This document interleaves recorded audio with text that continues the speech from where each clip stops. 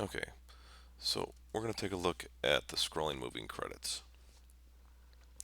So when we get inside here, we have our scenes, and what we want to do basically is get the credits to scroll. Now there's a lot of lag. Let's take a look here. Let's give a scrolling. We want the credits to scroll just like this, like you see in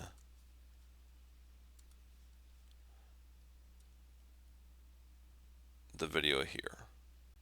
Okay, now I'm going to open up pan and zoom. You can see where the start and the finish is. That's not what you want. Click the show preview button so you can go here. See where the start box is? Now click the end box and notice how I made my text super tiny. Alright, the text is vectorized, so it doesn't matter how small you get it because on the screen it's going to appear the right size.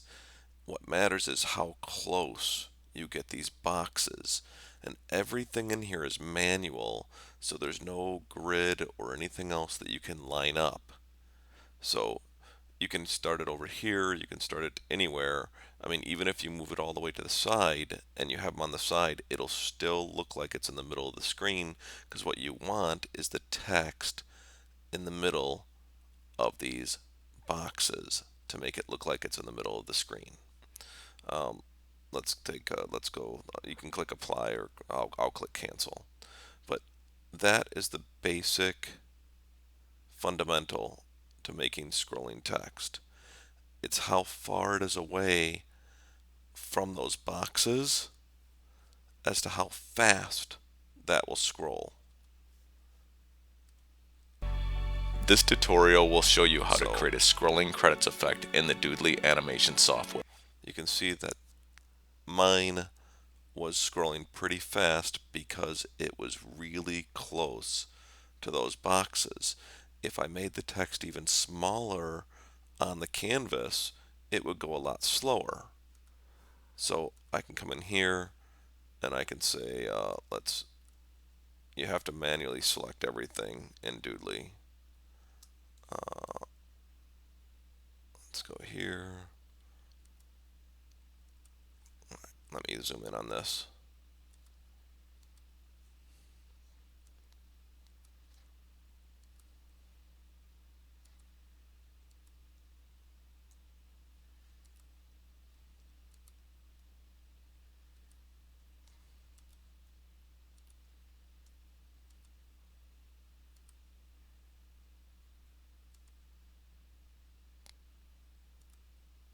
Okay, so if I wanted to make it, say, smaller,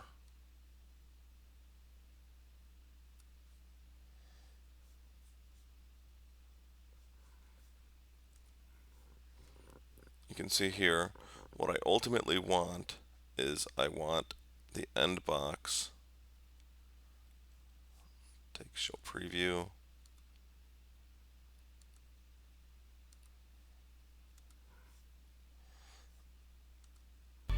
This tutorial will show you how to create a scrolling credits effect in the Doodly animation software. Okay, so essentially that will get you there. Hopefully it points you in the right direction. Again, this is an advanced effect and you have to know about the canvas, you have to know about the pan and zoom, you have to know about the lock start for unlocking the start, you have to know that this is manual. It's not a beginner tutorial. So I hope that points you in the right direction as to giving you an example of where or how I created that.